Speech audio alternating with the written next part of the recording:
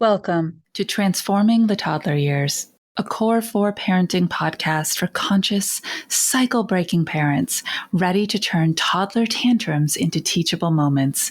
Hi, I'm Cara Tyrrell, a lifetime lover of littles, mom to 2 grown and flown girls, and an early childhood educator. Through the show, I teach you my collaborative parenting methodology for nurturing your little human's mind, body, and spirit. Because how you connect and collaborate in the first 5 years is how you raise happy, healthy kids who grow into the best version of themselves and find true success in school and life.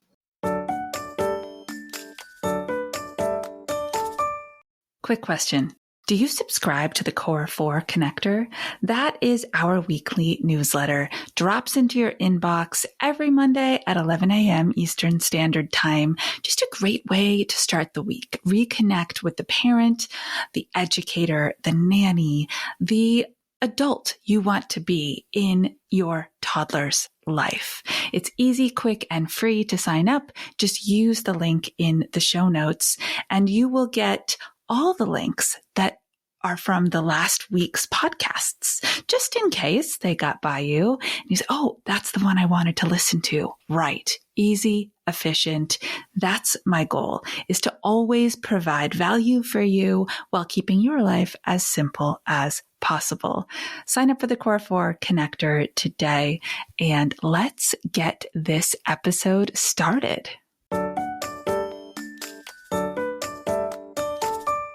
Welcome back, Toddler Tribe. Today I'm talking about toddlers and unexpected change and the ripple effects that it has in their life.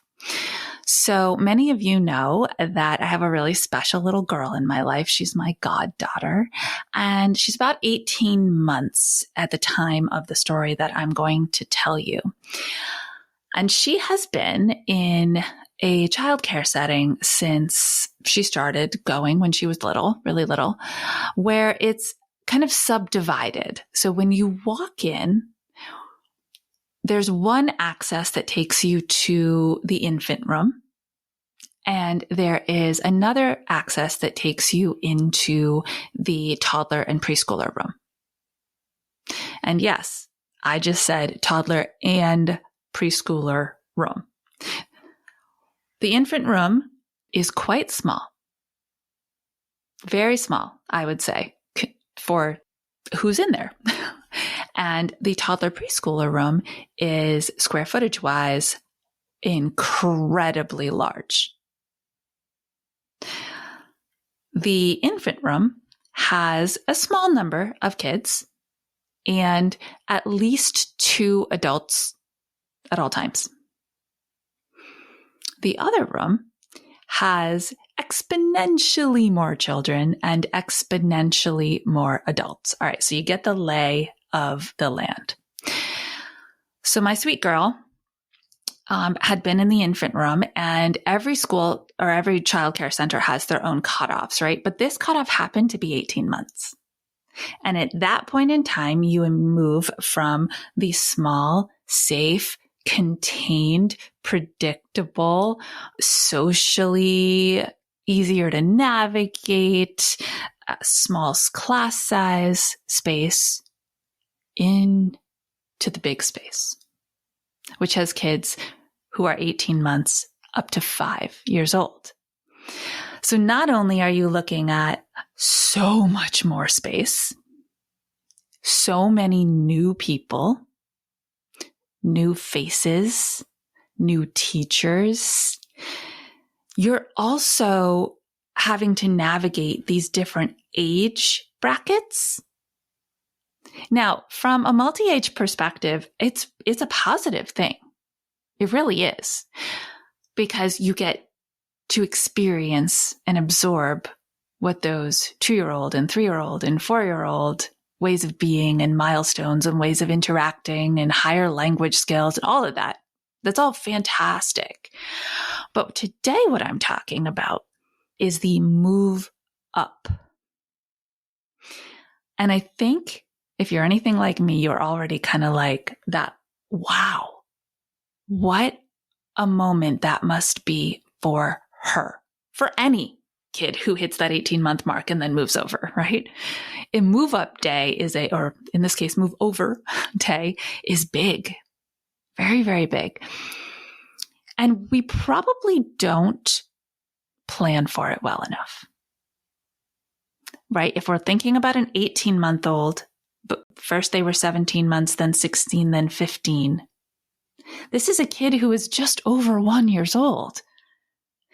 And the idea of sitting down and having forecasting conversations with them when they don't have any or very limited language to talk back to us about what's coming, to many people I talk to, they're like, why? Why would I do that? It's not like they're even going to understand me. Okay, well, I'm here to tell you that is not true. 100% not true. Let's go back to my linguistics degree. Let's go back to that education and studying all that young, beautiful brain development that's happening inside that you can't see. It's why I call them the invisible learning years, and they happen between birth and 3, and they are the most powerful learning years in the architecture of the growing brain that you have at your disposal to be putting information in. And it's also why I walk around telling anyone who will listen that we grossly underestimate what our kids are capable of understanding simply because they're not talking completely yet. So if you can get on board with those 2 things that I just said, then you can get on board with this. Sitting down with a 15-month-old. Well, you probably wouldn't sit down with a 15-month-old. You'd be in motion with a 15-month-old or a 16-month-old.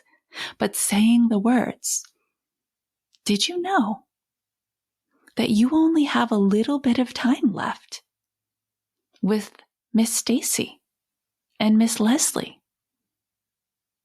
That when you turn 18 months old, you're going to move from that room to this room. Now, maybe you're saying these things at drop-off, and maybe you're saying these things at pickup, because what do you have at your disposal at that moment in time? You have the visual aid. You can point to this room. You can show that room. You will be meeting new kids. You will have new teachers. You can say all of these. They will understand, especially if you say on repeat. Even better, bonus points, if you talk to the director and at pickup, you can give them a few minutes to toddle around the big room. Here, let's explore for just a second, you and I. Ooh, look what's in this corner. Oh, look what's in that corner. Oh, there's Miss Sonia. You'll see her soon. She'll be taking care of you soon. Your tiny people can handle this. And not only can they handle it, they need you to scaffold these transitions like that. Now, here's why. And, this might not happen to every kiddo. Remember that in my collaborative parenting class, the Transforming the Toddler Years course, we do deep dives into who your children are and what the best support system that you can be for them is based on who they are, their personality, their characteristics. And maybe you have a hypersocial kid and this is going to be like no skin off their back. They're in, they're happy, great. Now, you could also have this experience, which is what happened to my goddaughter. This happy-go-lucky, so go with the flow, this easy-natured kiddo who we all were just in awe of from her earliest days, just because she made life so easy to navigate. Went from that room to the big room. and all of a sudden had stranger danger. She'd never had it before. She sailed right through those 8, 9, 10 months. No worries. Now at 18 months, she's glued to her mother. She is having stranger danger, or those symptoms at the very least, right? Those external modes with her brothers, who she loves dearly, with me, and we love each other dearly. And when I saw her more recently, her mom said, I don't know what happened. She was fine. Is this late onset stranger danger? Is that a thing? And I thought about it for a little while and I went, oh, of course, this huge change just happened.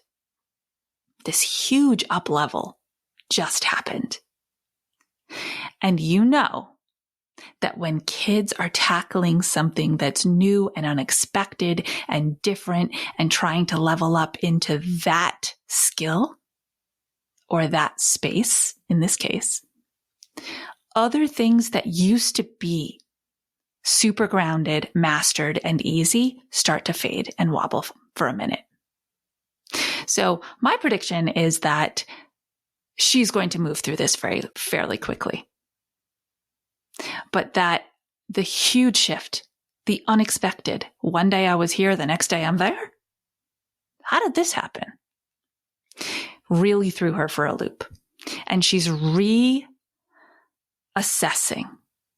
who are the important people in my life?